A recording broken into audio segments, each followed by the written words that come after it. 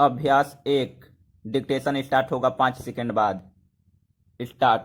हमारे देश में पहली पंचवर्षीय योजना में और दूसरी पंचवर्षीय योजना में औद्योगिक विकास की ओर विशेष ध्यान रखा गया और बहुत सोच समझकर उसके लक्ष्य निर्धारित किए गए।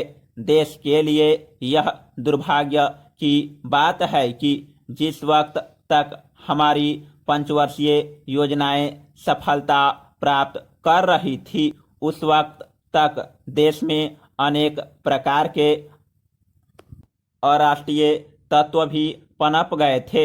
इन तमाम लोगों ने देश के हर एक क्षेत्र में अशांति का वातावरण पैदा कर दिया था। औद्योगिक कर्मचारियों को भड़काकर उनसे हड़तालें करवाना शुरू कर दिया। जो लोग हड़ताल में शामिल नहीं होते थे, उनको मार मार कर पकड़ पकड़ कर कारखानों में जाने से रोका। मजदूरों के सामने तथ्यों को तोड़ मरोड़ कर पेश किया गया और उनको किसी तरह से समझा बुझाकर हड़ताल के पक्ष में कर लिया।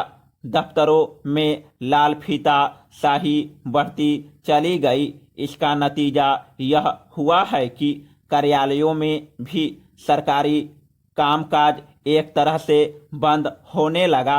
लोग यह जानना चाहेंगे कि वे कौन कौन सी चीजें हैं या कौन कौन सी बातें हैं जिनके कारण देश में इस प्रकार का वातावरण पैदा हुआ।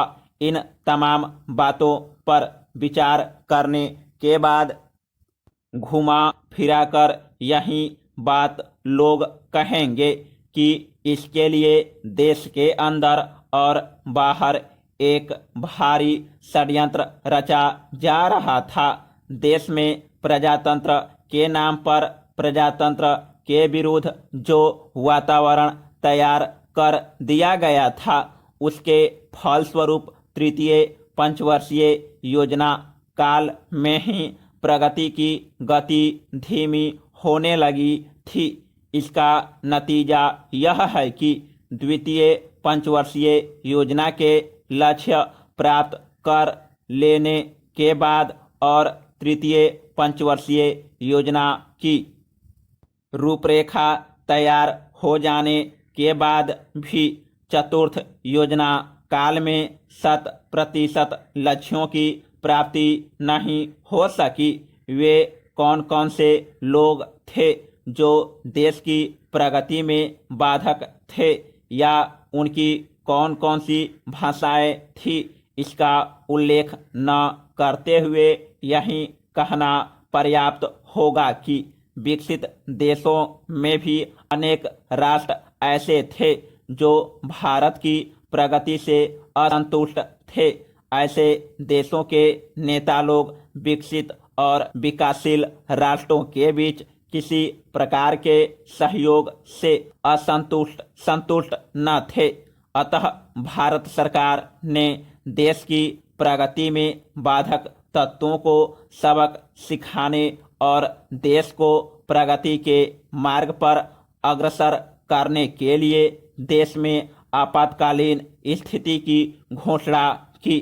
सरकार इस निश्चय पर पहुंची कि यह देश प्रगति कर सकता है, परंतु यह तब जबकि ऐसे असामाजिक तत्वों पर रोक लगाई जाए।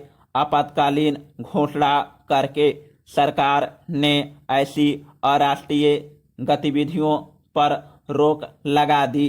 देश में जीवन के हर क्षेत्र में उपेक्षित प्रगति हो रही है।